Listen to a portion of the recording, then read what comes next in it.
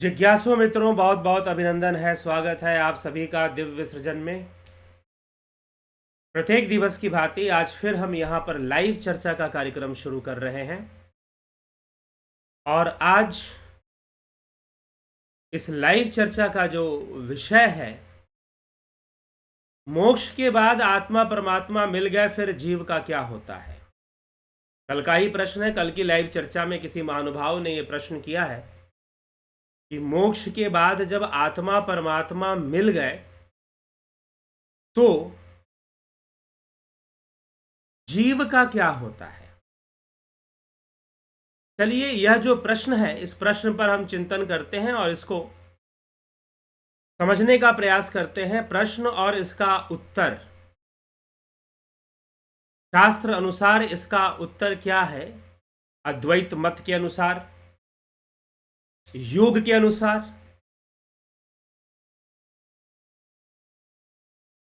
तो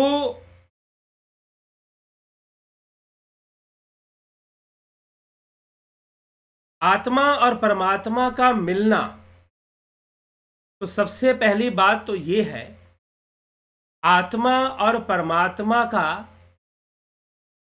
मिलन कभी होता ही नहीं है। आत्मा और परमात्मा कभी आपस में मिलते नहीं हैं। क्यों मिलते नहीं हैं?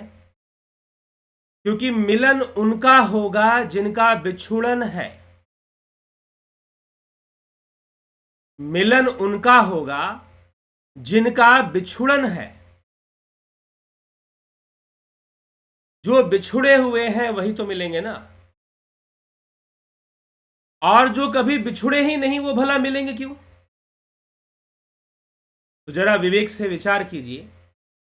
ठीक है, क्योंकि समाज में बहुत तरह की बातें प्रचारित हैं और बहुत तरह के हमें शास्त्रों का अलग अलग जो हमारे वैदिक दर्शन हैं उनका हमें सही से ज्ञान नहीं होने के कारण और तरह तरह की बातें सुनने के कारण, प्रवचन बहुत सुनने के कारण जो है कई तरह की भ्रम हमारे मस्तिष्क में आ जाते हैं। कई प्रकार के भ्रम हमारे मस्तिष्क में विकसित हो जाते हैं। तो आत्मा और परमात्मा, क्योंकि अयम आत्मा ब्रह्म, आत्मा और परमात्मा में कोई भेद नहीं है। ये दोनों अलग अलग नहीं हैं। ये दोनों बिछड़े हुए नहीं हैं। ठीक है, पहले तो यह समझिए कि दोनों बिछड़े हुए नहीं हैं, तो इनका मिलन कभी होता ही नहीं है। क्योंकि मिलन होने के लिए जो अलगाव है, जो बिछुड़न है, वो होना जरूरी है। जब वो कभी बिछुड़े नहीं है तो मिलन क्यों होगा? बस एक परिस्थिति में आप आत्मा कह रहे हैं, एक परिस्थिति में आप परमात्मा कह रहे हैं। जैसे आप किसी को मित्र कह रहे हैं और किसी जगह पर उसी मित्र को परम मित्र कह रहे हैं कि भाई ये मेरा परम मित्र है। मित्र तो वो है ही, क्योंकि जो मित्र होगा वही परम मित्र हो सकता है। तो परम मित्र और मित्र, जिस व्यक्ति को परम मित्र कहा जा रहा है वह मित्र भी तो है। क्या वो मित्र नहीं रहेगा? मित्र है तभी तो परम मित्र हुआ। तो इसीलिए आत्मा और परमात्मा, ये दोनों शब्द ही अपने आप को बता दे रहे हैं कि भाई ये दो अलग अलग चीजें हैं ही नहीं। तो सबसे पहला तो ये भेद खत्म कर दो कि आत्मा और परमात्मा अलग अलग है। ऐसा बिल्कुल नहीं है। आत्मा परमात्मा वो एक ही है। अब जीव क्या है? जीव का क्या होगा? आत्मा तो, आत्मा परमात्मा मिलने वाली बात तो यहां खत्म हो गई कि आत्मा परमात्मा का मिलन होने की कोई आवश्यकता ही नहीं है। कोई जरूरत ही नहीं है कि वो आपस में मिले, क्योंकि वो एक ही है तो मिलेंगे क्या? पानी पानी में कैसे मिल सकता है? नहीं मिल सकता। हां, कुछ दूसरी चीजें पानी में जाकर मिल सकती हैं। तो अब जीव क्या है? पानी में, पानी के अंदर चीनी मिला दो, पानी के अंदर आप चीनी मिला दो, तो फिर क्या होगा? पानी के अंदर चीनी मिला दोगे तो पानी को क्या बोलोगे भाई? शरबत बन गया। चीनी आपने मिला दी बहुत सारी, नींबू भी लोग मिला देते हैं, रूह अफ़ज़ा इफेक्ट वगैरह डाल देते हैं ना, रसना रूह अफ़ज़ा ऐसे मिला दिया आपने, तो अब वो क्या हो गया? क्या वो पानी है? आप बोलोगे पानी नहीं है, ये तो सॉफ्ट ड्रिंक है या ड्रिंक है या फिर जो है ये शरबत है। आप कहोगे ये शरबत है, आप उसे पानी नहीं कह रहे, लेकिन ये तो पानी में ही तो मिला हुआ है ना, पानी में ही तो मिला है। आप उसे उबालो, उसका वाष्पीकरण करो और उस वेपर को फिर से आप ठंडा करो तो फिर से पानी में आ जाएगा, लेकिन वो जो पानी होगा वो शुद्ध पानी होगा, उसके अंदर इंप्योरिटीज नहीं होंगी, उसके अंदर जो आपने चीनी मिलाया था, उसके अंदर जो आपने इफेक्ट्स मिलाए थे, उसके अंदर जो आपने रसना मिलाई थी, ये जो चीजें उसके अंदर जो आपने मिलाई थी वो अब उसके अंदर नहीं होगी, उसका शुद्धिकरण हो गया है, उसका शुद्धिकरण हो चुका है, वो शुद्ध हो चुका है, अब वो शुद्ध पानी बन चुका है, क्योंकि उसका आपने वाष्पीकरण कर दिया, वह जो है वाष्प जो बना उस वाष्प को ठंडा किया गया तो फिर से लिक्विड फॉर्म में वो आ गया, वो शुद्ध जल हो गया। पहले वो शरबत था, अब वो शुद्ध पानी हो गया।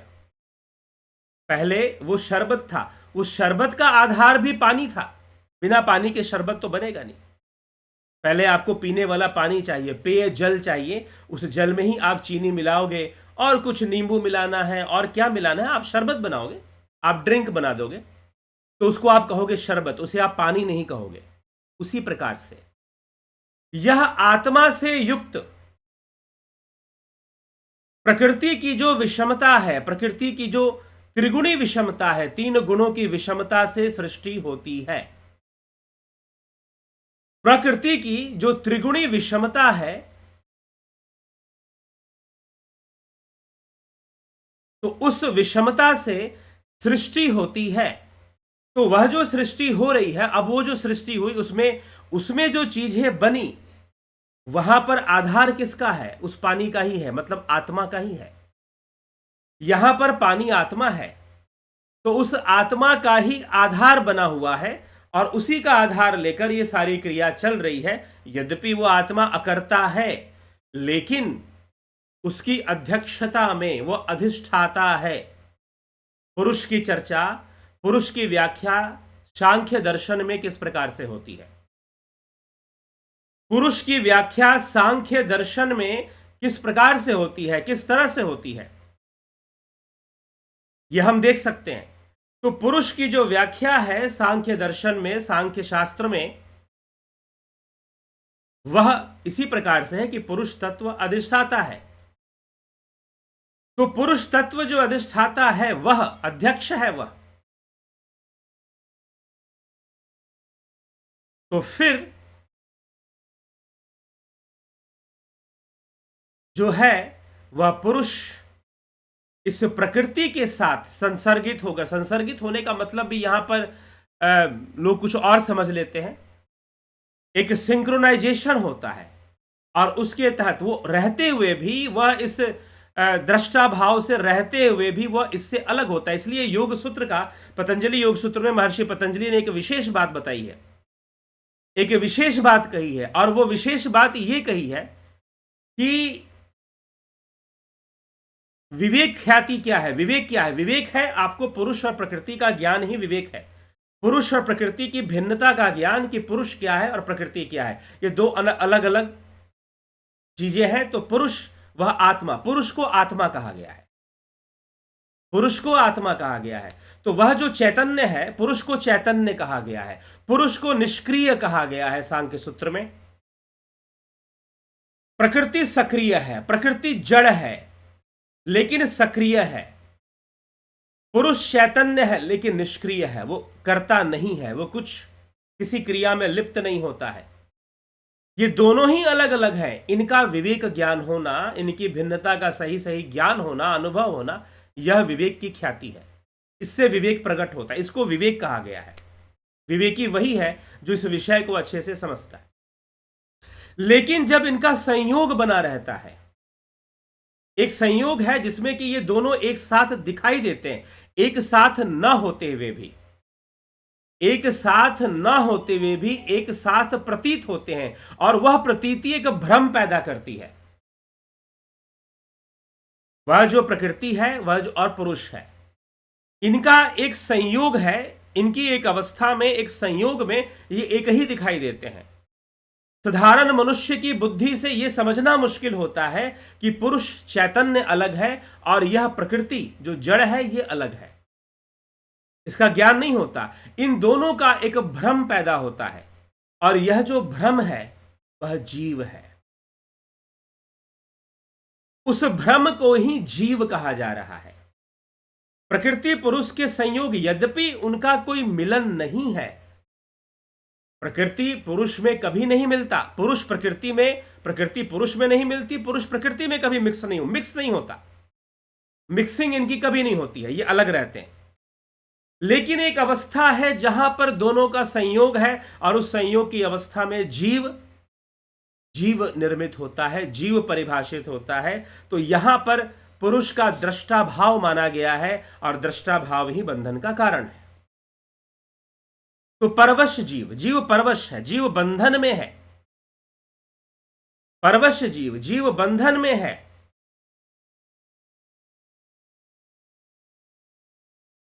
ठीक, जीव बंधन में है। तो जब जीव बंधन में है, तो जीव बंधन में क्यों है? प्रकृति के त्रिगुणी माया के बंधन में है, तीन गुणों के बंधन में है, इंद्रियों के बंधन में है, कर्मों के बंधन में है, कर्म संस्कारों के बंधन में है। अब एक और यहां पर बात आती है, मोक्ष किसका होता है? मोक्ष जीव का होता है भाई। जिसका बंधन है उसी का तो मोक्ष होगा ना। आत्मा को मोक्ष की आवश्यकता नहीं है, आत्मा को मोक्ष की आवश्यकता नहीं। जैसे शरबत के अंदर आपने नींबू पानी या कुछ इफेक्ट आपने मिलाया है, रूह अफ़ज़ा का, गुलाब जल का, कुछ भी मिलाया आपने, तो आप उसे शरबत, गुलाब शरबत बोलेंगे, नींबू शरबत बोलेंगे, तो आप उसे शरबत कह रहे हैं, आप उसे पानी नहीं कह रहे। है तो वो पानी ही, पानी का आधार लेकर ही उसका निर्माण हुआ है, बिना पानी के वो संभव नहीं है। वैसे ही आत्मा का आधार लेकर ही सब कुछ है। लेकिन जो चीज बन गई, जो आ गई, उसे हम कहते हैं जीव। तो अब जीव का मोक्ष किसका होगा? आत्मा का मोक्ष नहीं होता, आत्मा का पुनर्जन्म भी नहीं होता। या बंधन युक्त जिसे हम जीव कह देते हैं, यह जीव मात्र ही अपने विभिन्न कर्म संस्कारों के कारण पुनरपि जननम पुनरपि मरणम के चक्कर में लगा रहता है।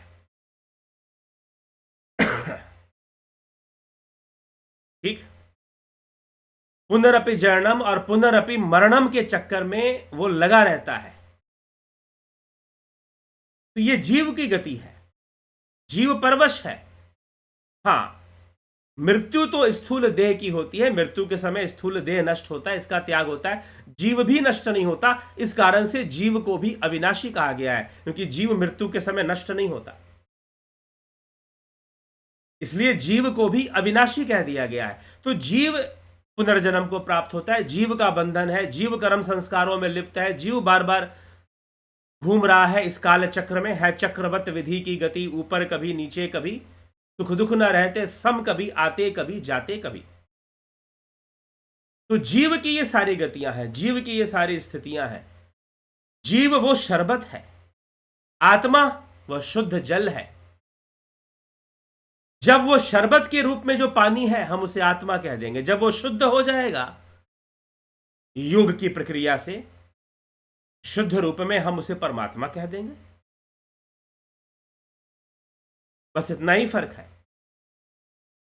तो मैंने कहा शरबत के अंदर चीनी मिला है, नींबू मिला है, गुलाब का इफेक्ट या गुलाब जल या कुछ ऐसी चीजें मिली हुई हैं उसमें। स्क्वैश लोग बोलते हैं ना, स्क्वैश, अभी गर्मियों के मौसम आएंगे तो स्क्वैश पीते हैं लोग, उसमें इफेक्ट मिला देते हैं, पानी के अंदर चीनी मिलाया, इफेक्ट मिलाया, बन गया शरबत, ड्रिंक बन गया। अब वो शरबत हो गया, वो ड्रिंक हो गया, पानी नहीं रह गया, वो ऐसा कह दिया जाता है। लेकिन है वो पानी। अब वो उसकी जब शुद्धि होगी क्या होगा? निरोधात्मक प्रक्रिया होगी, निरोधात्मक। इसलिए नारद भक्ति सूत्र में भी भक्ति को निरोधात्मक क्रिया मानी गई है। महर्षि पतंजलि योग सूत्र में योग को निरोधात्मक क्रिया कहते हैं। योगश्चित्त वृत्ति निरोधा। ये जो चीनी, ये जो गुलाब जल और ये क्या क्या इफेक्ट, स्क्वैश वगैरह जो मिले हुए ना, इनका निरोध करना है।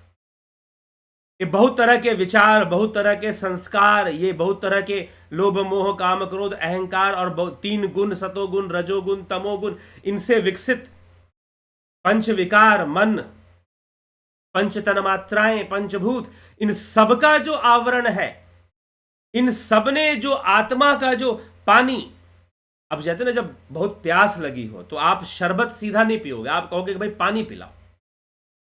पानी का जो स्वाद है ना, वो एक प्यासा आदमी जानता है पानी का स्वाद क्या है, उसका आनंद क्या है। शरबत आपकी प्यास उस ढंग से ना बुझा पाए जैसे पानी बुझा सकती। तो पानी, जल का अपना ही एक महत्व है, वो शुद्ध है। तो इसलिए योगश्चित्त वृत्ति निरोधा, चित्त वृत्ति का निरोध करो, और निरोध करने से क्या होगा, तद्द्रष्टु स्वरूपे अवस्थानाम। और अगर आप अपने स्वरूप, स्वरूप मतलब शुद्ध, शुद्ध, pure, pure self realisation, reside in your self. Vyasa भाष्य क्या कहता है, और कौन क्या भाष्य बोलता है? स्वामी विवेकानंद भाष्य क्या कहता है? स्वरूप की अवस्था में बनना, पहुंचना।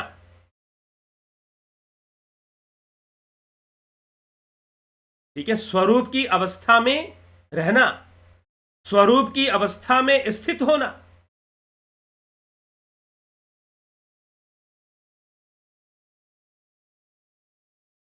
तो कब स्थित होंगे? जब जितना ये चीनी मिला हुआ है, फिर आपका ये जो रसना मिला हुआ है, ये जो रूह अफ़ज़ा मिला है, ये जो जितनी चीजें मिली हुई हैं, उनको निकालना पड़ेगा ना, उनका निरोध करना पड़ेगा। तो जब उनका निरोध होगा तो ज्ञान अग्नि जलेगी, अग्नि जलेगी तो वाष्पीकरण होगा ना शरबत का, चीनी पीछे रह जाएगी, इफेक्ट सारे पीछे रह जाएंगे, और शुद्ध जल जो है वाष्पित होकर वो शुद्ध जल आपको प्राप्त कर सकते हैं। वैसे ही योग का जो मार्ग है, चित्त वृत्तियों और सबका निरोध करते हुए आपको वहां तक पहुंचाएगा, आपको स्वरूप की स्थिति तक पहुंचाएगा जो आपका शुद्ध स्वरूप है। जब आप शुद्ध स्वरूप में स्थित हो जाएंगे तो आप कहेंगे मोक्ष की प्राप्ति होगी। मोक्ष मतलब आप मुक्त हो गए, वह जल मुक्त हो गया जिसमें चीनी मिला था, रसना मिला था और बहुत सारे इफेक्ट मिले थे, उसे शरबत बनाया गया था। अब वह मुक्त हो गया, अब वो मुक्त होकर शुद्ध जल हो गया, अपने अपने वास्तविक, जो उसका जो रियल स्टेट है, उसकी जो वास्तविक स्थिति है, वो उसमें आ गया। तो आत्मा हमारी वास्तविक स्थिति है। तो योग का उद्देश्य है reside in your real self. आप अपने रियल सेल्फ में पहुंचिए, आप अपने आप को आत्म स्थित कीजिए, योग मार्ग से साधना करते हुए आप अपने आप को आत्म स्थित कीजिए। तो आत्म स्थित जब आप अपने आप को करेंगे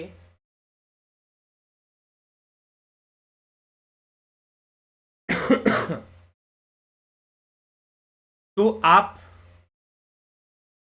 क्या आत्मस्थित करेंगे? क्योंकि आप स्वयं आत्मा हैं, तो आप अपने स्वरूप को उपलब्ध हो जाएंगे, स्वरूप की अवस्था में आप चले जाएंगे, तो मोक्ष हो गया, कैवल्य हो गया, निर्बीज समाधि। कुछ लोग कभी कभी ये समाधि उमाधि की कहानियां ढोंग के रूप में, कई संस्थाएं हैं ढोंगी, और वो समाधि अपने गुरु जी का वो समाधि बनाकर वो जो है बटोरने में लगे रहते हैं। वैसे कुछ कुछ न्यूज़ वीडियोस मुझे किसी ने भेजा था तो देखने को मिला। तो ये सारी बातें समझ में आएंगी। तो कभी चर्चा करेंगे कि समाधि की अवस्था सिद्धियों से परे होती है। तो सिद्धियों से परे समाधि की अवस्था होती है। तो समाधि, स्वयं में स्थित हो जाओ, सम में स्थित हो जाओ। जब आपकी बुद्धि सम अवस्था को प्राप्त हो जाती है, सम अवस्था को कब प्राप्त होगी? बुद्धि विषम अवस्था में क्यों है?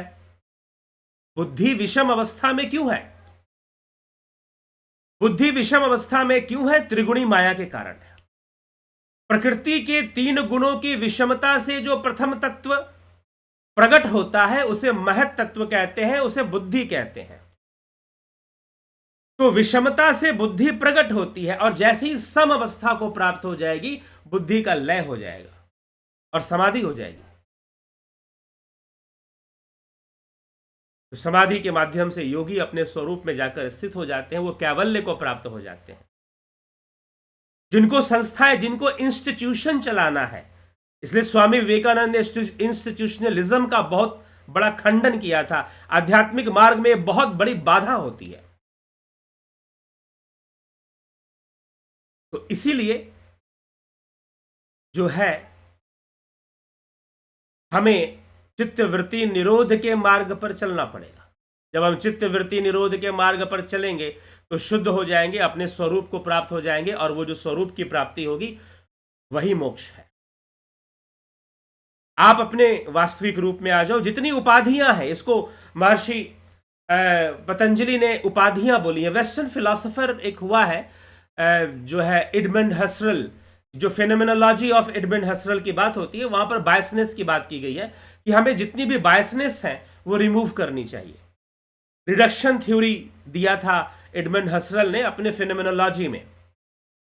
तो उसने कहा था कि अगर हम अपने प्योर सेल्फ को जानना चाहते हैं, हालांकि उसने ये दावा नहीं किया कि हम मैं वहां तक पहुंचा या नहीं, उसने डिक्लाइन कर दिया, बिल्कुल मना कर दिया कि मैं वहां तक नहीं पहुंचा हूं, लेकिन मुझे ये प्रोसेस समझ में आ रहा है। उस प्रोसेस को उसने फेनोमेनोलॉजी नाम दिया था।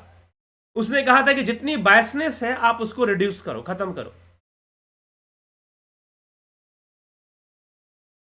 लेकिन एडमंड हसरल की फिनोमेनोलॉजी से बहुत सालों पहले, हजारों साल पहले, आदि गुरु शंकराचार्य ने विवेक चूड़ामणि में कहा कि उपाधियों को खत्म करो।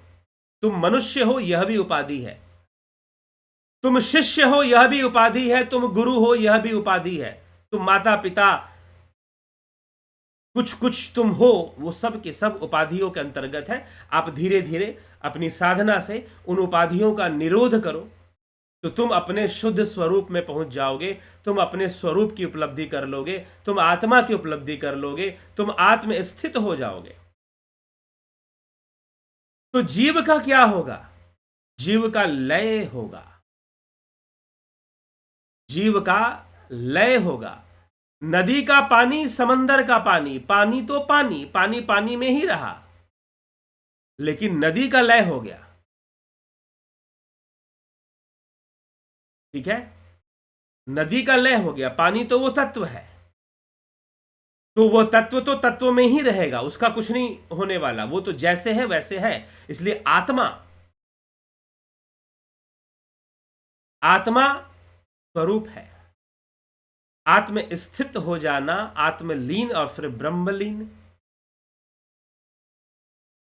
कुछ लोग बड़ी आसानी से कह देते हैं हमारे गुरुजी ब्रह्मलीन है। ब्रह्मलीन होकर फिर जो है विचारों का प्रसार भी हो रहा है, संकल्प का प्रसार भी हो रहा है। हाँ, अगर वो ये कहे कि ब्रह्मलीन होने की अवस्था में है, या ब्रह्मलीन बस अपने आप को रोक रखे हैं ब्रह्मलीन होने से, जैसे रामकृष्ण परमहंस ने कहा, जब उनसे पूछा गया कि आप मीठा बहुत खाते हैं या कुछ बहुत ऐसे दिखाई देता है आपके अंदर क्रोध, तो उन्होंने कहा यह जो शरीर चलता है, यह जो व्यवस्था चलती है, उसके कुछ शर्तें होती है, कंडीशन होती हैं, वो विकारों का कंडीशन बनाकर चलती है। ठीक, तो इसीलिए योगी संत भी जो बहुत पहुंचे हुए हैं वो अपने विकारों को मैनेज करते रहते हैं। ऐसा नहीं कि वो उसको छोड़ देते, क्योंकि छोड़ नहीं सकते हैं। लोभ मोह काम क्रोध का त्याग नहीं होता है। हाँ, उनका मैनेजमेंट होता है, उनका नियंत्रण होता है। लेकिन जब जीव है तो जीव के अंदर विकार हैं, ये सारी चीजें रहेंगी, त्रिगुणी विषमता रहेगी। और त्रिगुणी विषमता के अंदर कभी तमोगुण हावी, कभी रजोगुण हावी, कभी सतोगुण हावी। बस जो सिद्ध महापुरुष, जो योगी हैं, वो इस व्यवस्था पर अपना नियंत्रण रखते हैं, बस इतना ही है। ना कि वो उसको त्याग देते हैं। त्यागने के लिए, उससे अलग होने के लिए उस स्वरूप की स्थिति में ही रहना पड़ेगा, जो निष्क्रिय है, निष्क्रिय। वे पुरुष निष्क्रिय है, वो आत्मा कुछ करती नहीं है। भगवान कृष्ण, कल भी हमने चर्चा की, श्री भगवान कृष्ण क्या कहते हैं कि मैं कर्मों का सृजन नहीं करता, ना किसी से कर्म करवाता हूं, ना कर्तापन पैदा करता हूं, ना ही कर्मों का फल देता हूं। यह संयोग उस परमेश्वर के द्वारा नहीं हो रहा है। ठीक, तो ये सारे विषय जो हमें समझने चाहिए और समझकर हमें चलना चाहिए। तो चलिए आगे बढ़ते हैं।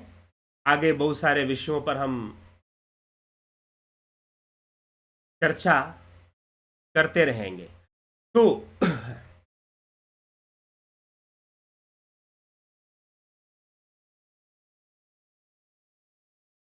आपके कमेंट्स देखें उससे पहले कि चलो ठीक है, अब ये जो बात आई कि जीव का क्या होता है, जीव का ही मोक्ष होता है, यह उत्तर ले लीजिए, जीव का ही मोक्ष होता है, आत्मा का कोई मोक्ष नहीं होता। आत्मा परमात्मा को मिलने की आवश्यकता भी नहीं, वो मिले हुए हैं, वो मिले हुए हैं, उनको मिलने की भी आवश्यकता नहीं है।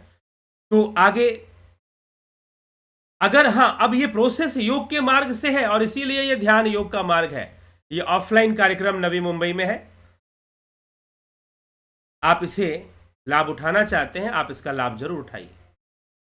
ध्यान योग का कार्यक्रम 20 फरवरी से शुरू हो रहा है, ऑनलाइन शुरू हो रहा है और ऑनलाइन कई लोग ज्वाइन करते हैं, हर महीने ज्वाइन करते हैं। जिनको ज्वाइन करना है ऑनलाइन कार्यक्रम को, 20 फरवरी से ऑनलाइन हर महीने चलता है और ये आगे भी चलता रहेगा, बढ़ता रहेगा। तो ऑनलाइन जिनको भी ज्वाइन करना है वो अवश्य ही संपर्क करें इस नंबर पर, दिए हुए नंबर पर 9661802459। इस नंबर पर जो है आप संपर्क कर कर आप सारा डिटेल्स ले सकते हैं कि हमें यह ध्यान योग का कार्यक्रम किस प्रकार से ज्वाइन करना है, किस प्रकार से ज्वाइन करना है। व्हाट्सएप मैसेज करेंगे और व्हाट्सएप मैसेज करके आप संपर्क करेंगे। चलिए, तो ये ध्यान योग का कार्यक्रम हमें इसका लाभ उठाना है और इसको हमें करना है। चलिए आगे बढ़ते हैं। प्राकृतिक चिकित्सा स्वास्थ्य के लिए बहुत जरूरी है, जरूर इसका यह कोर्स भी आप अवश्य करिए। दर्शन का कोर्स, फिलॉसफी का कोर्स, ये आपकी आंखें खोलने के लिए है।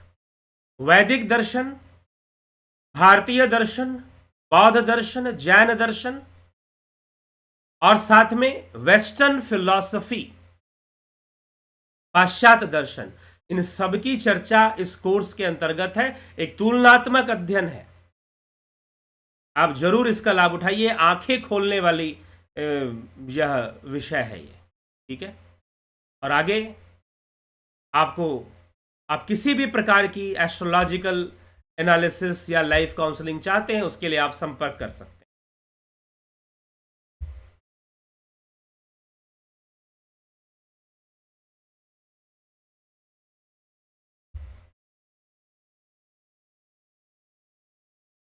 अग्निमय बुद्ध, यह भी आंखें खोलने वाला ग्रंथ है, इसको अवश्य पढ़ना चाहिए। क्यों पढ़ना चाहिए, एक वीडियो भी मैं बनाकर आपको जरूर बताऊंगा, लेकिन आप अगर इसको प्राप्त करना चाहते हैं तो आप जरूर प्राप्त करें। इसके लिए भी आप इसी नंबर पर मैसेज कर डिटेल्स लेंगे। 350 रुपए की पुस्तक है, आप मुझसे प्राप्त कर सकते हैं, बाय कुरियर आपको पहुंचा दी जाएगी। कुरियर चार्ज नहीं होगा इंडिया के लिए। अगर विदेशों में अगर आपको मंगाना, कई लोगों ने मंगाए हैं विदेशों में, तो अगर आपको विदेशों में मंगाना है तो आप जो है इसके लिए फिर आप पर्सनली संपर्क करके आपको कुरियर चार्ज वहां पर पे करना पड़ेगा। तो जरूर इससे लाभान्वित हो, लाभ उठाएं और इस नंबर पर संपर्क करके आप जानकारियां प्राप्त करेंगे। चलिए, अब आपके कमेंट्स देख लेते हैं, कौन क्या कहता है, किसकी क्या टिप्पणी है। कन्हई कुमार जी, राजू पाल जी, राजू पाल, मनोज, साईं रतन सिंह जी, संतोष कुमार, योगेश खैरनर, आशीष मेवावाला। स्मृति और संस्कार में क्या अंतर है? स्मृति बुद्धि का कार्य है या चित्त का कार्य है? सांख्य शास्त्र में स्मृति को बुद्धि का कार्य बताया गया है, ठीक है। बुद्धि और चित्त के कार्य क्या है, विस्तार से बताएं। बुद्धि, देखिए विस्तार से बताएं तो चलो इसके ऊपर एक नया वीडियो आपको बताया जाएगा कि बुद्धि और चित्त के का। वैसे आप पतंजलि योग सूत्र पर जाइए, उसका प्लेलिस्ट है, उसको भी सुनेंगे तो ये सारे विषय उसमें मिल जाएंगे, ठीक है। स्मृति जो अनुभव आपने किए हैं, जो कर्म आपने किए हैं और जिन उन कर्मों का जो अनुभव संचित है, उसे हम स्मृति कहते हैं। जैसे हमारे मन में जो वृत्तियां, स्मृति एक वृत्ति है, स्मृति एक वृत्ति है। हां, स्मृति जो हमारे संस्कार हैं वो भी स्मृति के रूप में रहते हैं, ये कहा जा सकता है। लेकिन स्मृति एक वृत्ति है। महर्षि पतंजलि ने पंच वृत्तियों की चर्चा की है, तो पंच वृत्तियों में एक वृत्ति स्मृति है, ठीक। तो एक वृत्ति है प्रमाण, विप्रय, विकल्प, निद्रा, स्मृतयः। महर्षि पतंजलि ने ऐसे लिखा है, प्रमाण, विप्रय, विकल्प, निद्रा, स्मृतयः। तो ये स्मृति है। तो स्मृति एक वृत्ति के रूप में है और संस्कार हमारे पिछले कर्मों के द्वारा जो वृत्तियां विकसित हुई हैं, उन वृत्तियों का जो संचय है, हालांकि वो स्मृति के रूप में वह भी है, लेकिन उसे हम संस्कार कहेंगे, जो यदा कदा कभी आ जाते हैं। कोई वृत्ति हम पर हावी हो गई तो संस्कार है, वो संस्कार चलेगा। तो अनेकों वृत्तियों के वशीभूत मनुष्य, इसीलिए महर्षि पतंजलि ने कहा कि अगर आप स्वरूप की अवस्था को प्राप्त नहीं करते हैं तो वृत्ति सारूप्यम इतरत्र, वृत्तियां ही आपके स्वरूप बन जाएंगी, वृत्तियां ही आपका स्वरूप बन जाएंगी। वृत्ति सारूप्यम इतरत्र, ठीक। चलिए, तो वृत्ति सारूप्यम इतरत्र, तो इसके लिए हमें इस बात को समझना है, ठीक है। लेकिन चलिए आशीष जी विस्तार से इस विषय पर चर्चा करेंगे। सतीश मास्टर जी, प्रभुदत्त शर्मा जी, अमन कक्कर जी, नथु सिंह, माधुरी कोल्हे, श्वेता राय सिन्हा, एके त्यागी, गोविंद प्रसाद नीमा, चित्रंजन बरुआ, बिस्लाल बहादुर सिंह जी, योगेंद्र पंडित, नरेंद्र माकोड़े, मीना तोदई, गोकुल चंद्र पात्रा।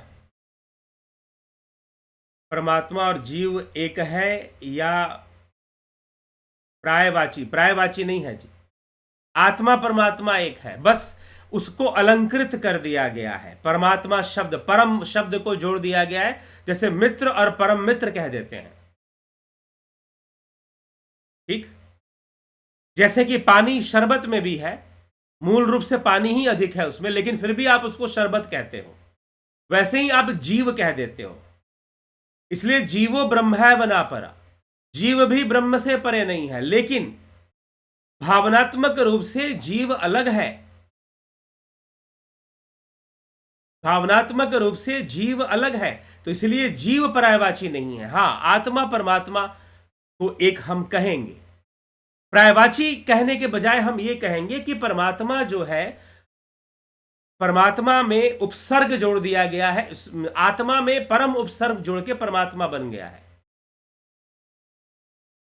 प्रीफिक्स है, ठीक। तो उसको परम, उसकी विशेषता को बताने के लिए कि वही सर्वव्यापी है, उसकी महानता या उसके सर्वव्यापकता को बताने के लिए उस आत्मा को ही परमात्मा कह दिया जाता है। विवेक चूड़ामणि की विचारधारा इसमें ग्रहण करनी चाहिए, ठीक है, उसी के आधार पर मैं कह रहा हूं। तो आत्मा को परमात्मा कह दिया जाता है, लेकिन जो भेद कर रहे हैं आत्मा परमात्मा में, वो सही नहीं है, ठीक। तो आत्मा परमात्मा एक है। हां, जीव बंधन में है, जीव प्रायवाची नहीं है, जीव पर प्रायवाची नहीं है, यह ध्यान रखना है। रामविलास जी, विष्णुचंद्र मौर्य जी, विनोद केसूद जी, आशा रानी जी, किशोर वैद्य जी, बिमला शाह जी, लवकुश वर्मा, योगेश माते, घनश्याम सरोदे जी, नीति सिन्हा जी, शेखर शर्मा जी, पलकधारी राजभर जी, ओम तत्सत। पलकधारी जी आपको भी ओम तत्सत। चलिए, तो इसी तरीके से हमको इन बातों को हमें समझना चाहिए और समझकर आगे बढ़ना चाहिए। तो इसी के साथ विराम देंगे। कल फिर मिलेंगे 9 PM लाइव चर्चा में। कल फिर से हमारी मुलाकात होगी एक नए विषय के साथ। देखिए, इस विषय को लिया जाता है, आप प्रश्न पूछ सकते हैं, आप कमेंट्स में, लाइव चैट में या कमेंट में अपने प्रश्न रख सकते हैं। कमेंट्स में क्या है कि कई बार बहुत सारे कमेंट्स होते हैं, तो हर कमेंट्स को पढ़ना मुमकिन नहीं होता है, लेकिन ये जो लाइव चैट में आप लिखते हैं वो मैं बाद में भी पढ़ लेता हूँ। ठीक है, वो मैं बाद में भी पढ़ लेता हूँ। तो अगर आप उसमें प्रश्न पूछते हैं, क्योंकि वीडियोस में, कुछ वीडियोस में हजारों की संख्या में कमेंट्स आ जाते हैं, अगर उतने कमेंट्स होते हैं तो फिर उनको पढ़ना मुश्किल होता है। हाँ, कुछ कम कमेंट्स होते हैं तो पढ़ लेते हैं और उसमें कोई प्रश्न मिला तो उसका उत्तर दे दिया जाएगा। तो चलिए, इसी के साथ मैं विराम दूंगा आज के इस व्याख्यान को, और कल पुनः हम मिलेंगे। बहुत बहुत आभार आप सभी का। ओम तत्सत।